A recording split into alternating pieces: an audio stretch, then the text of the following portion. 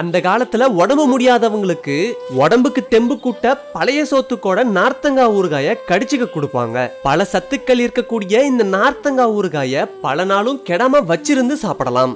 இது ஊறுகாய் மட்டும் இல்ல, மருந்தும் கூட.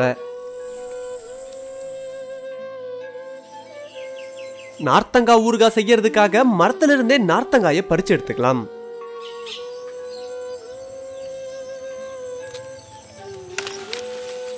பறிக்கிற ஒவ்வொரு நார்த்தங்காயும் கிட்டத்தட்ட 1/2 கிலோ எடை இருந்தது.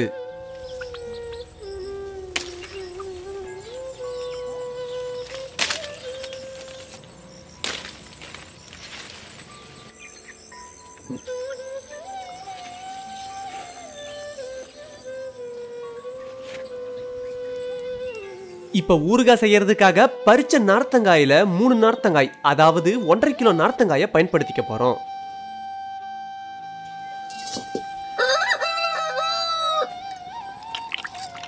நம்ம எடுத்துக்கிட்ட இந்த 3 நார்த்தங்காயவும் நல்ல தண்ணி ஊத்தி கழுவிடலாம்.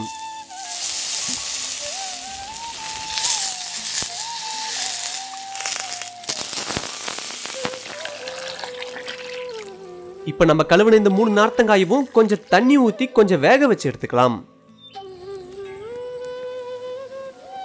காயை ரொம்ப வேக வச்சாலும் கலண்டு போயிடும். ஓரளவு வேக வச்சாலே சரியா இருக்கும்.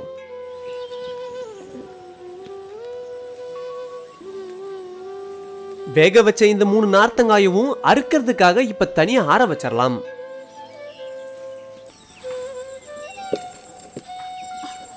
இப்ப ஒரு சட்டியில 1/2 தேக்கரண்டி வெந்தயம், 1/2 தேக்கரண்டி பெருங்காயம், 30 வரமிளகாய் இது எல்லாம் சேர்த்து இப்ப நல்லா வறுத்து எடுத்துக்கலாம். இப்ப ஆற வச்சிருந்த நார்த்தங்காயை எடுத்து துண்டு துண்டா அறுக்க ஆரம்பிச்சிடலாம்.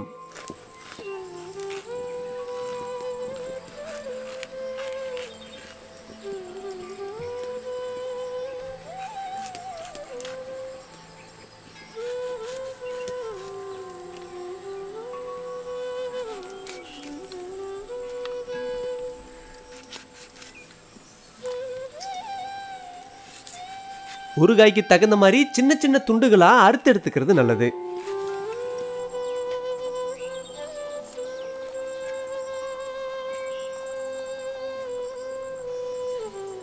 நார்த்தங்காயில இருக்க விதை எல்லாத்தையும் எடுத்துட்டு தான் ஊறுகாய்க்கு போடுவாங்க. இப்ப ஊறுகாய்க்காக வறுத்த மசாலாவை உரல்ல போட்டு உலக்கையால இடிக்க ஆரம்பிச்சிடலாம்.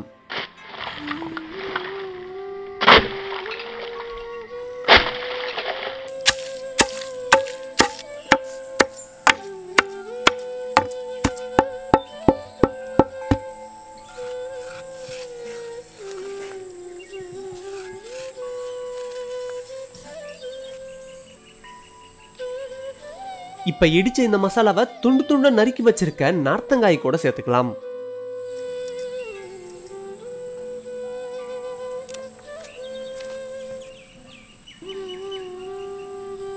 இப்ப கையளவு கல்லுப்பை சேர்த்து நார்த்தங்காயோட நல்லா கலக்க ஆரம்பிச்சிடலாம்.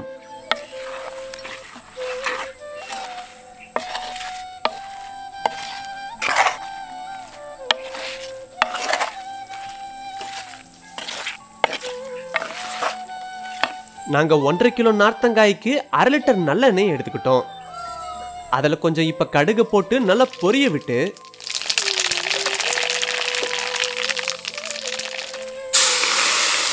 அத சூடாவே எடுத்து நார்த்தங்காயோட சேர்த்துக்கலாம்.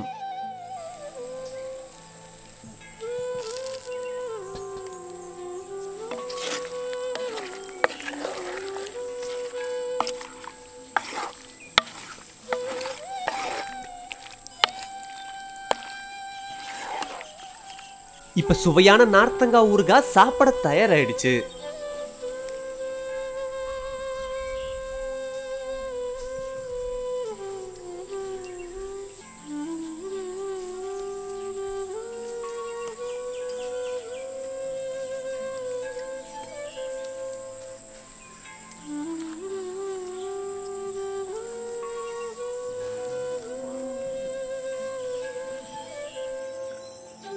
இத பழைய சோறோட சேர்த்து சுருக்குன்னு கடிச்சுக்கிட்டு சாப்பிட நல்லா இருக்கும்.